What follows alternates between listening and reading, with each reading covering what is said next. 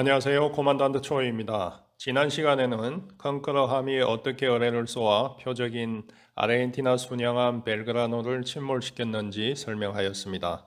오늘은 아르헨티나 잠수함 산루이스가 쏜 어뢰에 대해 알아보겠습니다. 산루이스는 대수상함용 SST-4 어뢰 10기와 대잠수함용 마크 37 어뢰 14기를 보유하고 있었습니다. SST-4 어뢰는 대수상함 선유도 어뢰로서 독일 아예게사에서 개발한 21인치 어뢰인데 전투 체계에서 어뢰 3발까지 동시 유도가 가능하였습니다. 마크 37 어뢰는 대잠수함 능동 수동 음향 호밍 어뢰로서 미국에서 개발한 19인치 어뢰인데 최대 속력은 36노트이며 23,500야드까지 항주가 가능했습니다. 산루이스 함은 3번의 공격 기회가 있었습니다.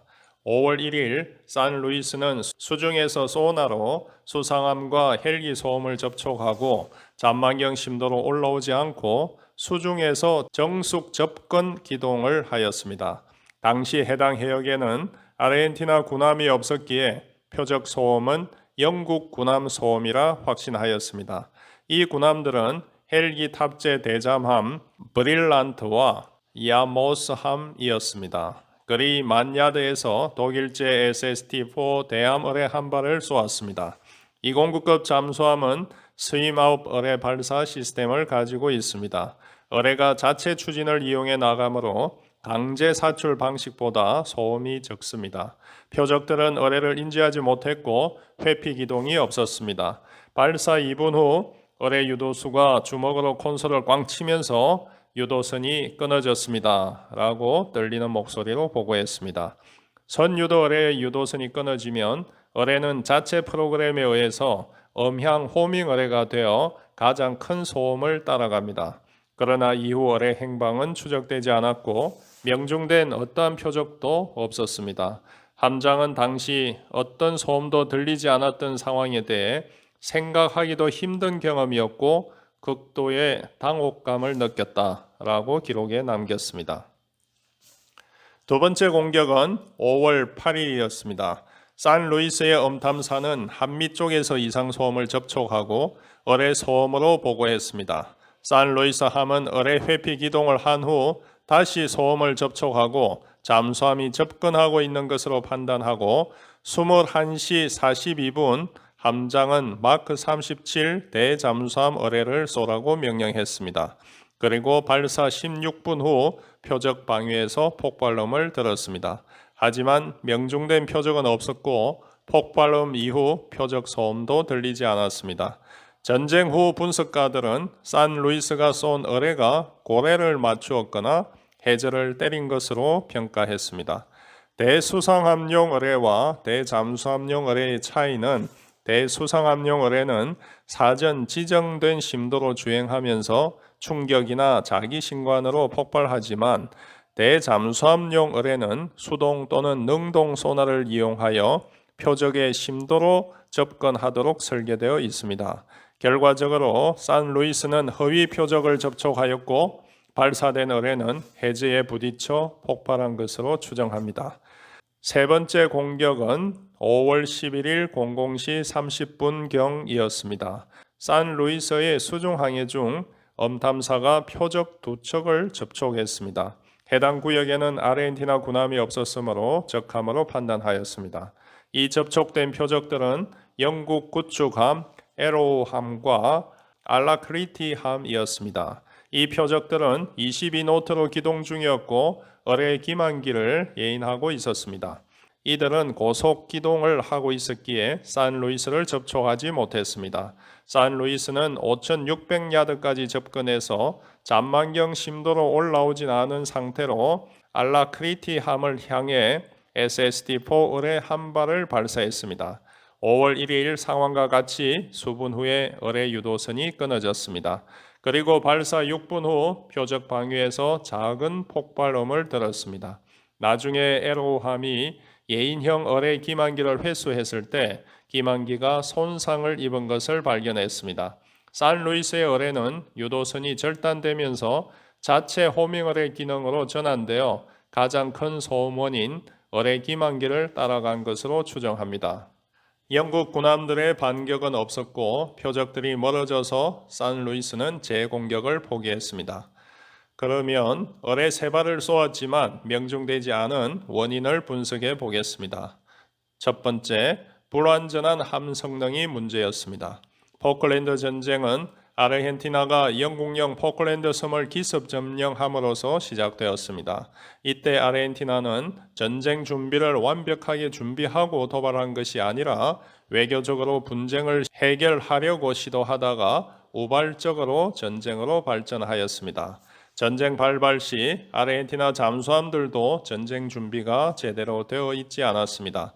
산루이스 함도 마찬가지였는데 산루이스는 장기 수리가 필요한 상태에서 포클랜드 전쟁이 발발하여 출항 명령을 받았습니다. 잠수부들이 산루이스의 선체를 닫고 프로펠러에 부착된 해조류 제거에만 일주일이 소비되었습니다. 산루이스는 완전한 수리를 끝내지 못하고 응급 수리만 한 채 출항을 했는데 출항 당시 함 상태는 스노켈 계통의 누수가 있었고 빌지 펌프가 제대로 작동하지 않았고 디젤 엔진 4개 중 1개가 고장난 상태였습니다. 산루이스는 무장 적재 후 4월 11일 오후에 출항하였습니다. 출항할 당시에는 전투 체계가 정상이었지만 출항 8일 만인 4월 19일에 사격 통제 컴퓨터가 고장나서 전투 체계에서 원격으로 어뢰 발사를 할 수 없고 수동 비상 발사만 가능한 상태가 되었습니다. 전쟁 후 독일의 기술자들이 전투 체계와 어뢰 사이 연동 장치를 확인하였을 때 싱크로 정렬이 잘못되어 있는 것을 확인했습니다. 이는 아르헨티나 해군 정비창에서 수리 후 조립을 잘못한 것이었는데 이렇게 되면 주행 심도가 제대로 들어가지 않는 결과가 됩니다. 결국 어뢰는 초기 주행 침로가 표적적으로 가지 않고 엉뚱한 방향으로 주행하였을 가능성이 있습니다. 이와 같이 함 성능과 전투체계 성능이 정상이 아니었음을 알 수 있습니다. 두 번째, 불완전한 어뢰 성능이 문제였습니다.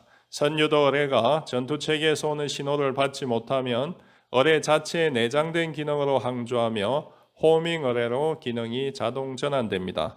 즉 초기 입력 침로를 기준으로 하여 항주하면서 가장 큰 소음을 찾아 따라가는 호밍 어뢰가 되는 것입니다.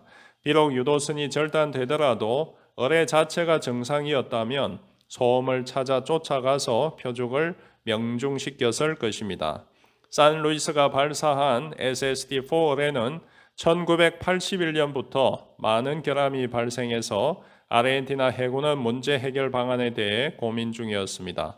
전후 검사 결과 어뢰의 심도 유지가 제대로 되지 않는 결함이 있었던 것으로 밝혀졌습니다. 또 어뢰 자체의 결함으로 어뢰가 제대로 주행을 했더라도 아밍을 못했거나 장약이 터지지 않았을 수도 있습니다. 두 번 다 유도선이 끊어졌다는 것은 어뢰 유도선 조립이 잘못되었거나 정비를 제대로 하지 못했기 때문으로 추정할 수 있습니다. 이와 같이 어뢰 자체의 결함이 원인이었을 수 있습니다. 세 번째, 산루이스 성조원들의 운용 미숙입니다.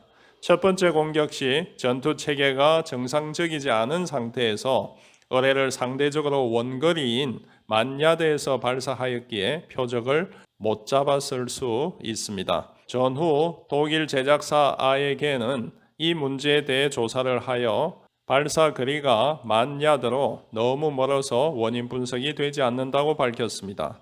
그리고 병기사가 어뢰 케이블을 발사관에 연결할 때 연결을 제대로 하지 못했음을 밝혀냈습니다.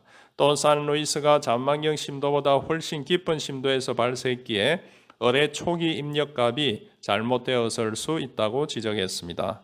산루이스의 두 번째 공격은 대잠 표적이었는데 대잠 표적은 여러 가지 센서로 정확히 식별해야 함에도 성조원들의 높은 긴장감으로 인해 허위 표적을 식별했을 가능성이 높습니다. 당시 전투 태세를 유지하는 함내 상황은 매우 열악했던 것으로 알려졌습니다.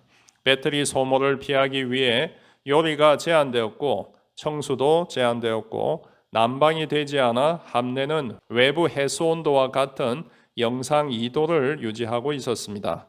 열악한 함내 상황과 성조원들의 극도의 긴장감으로 인해 표적을 제대로 식별하지 못했을 가능성이 있습니다.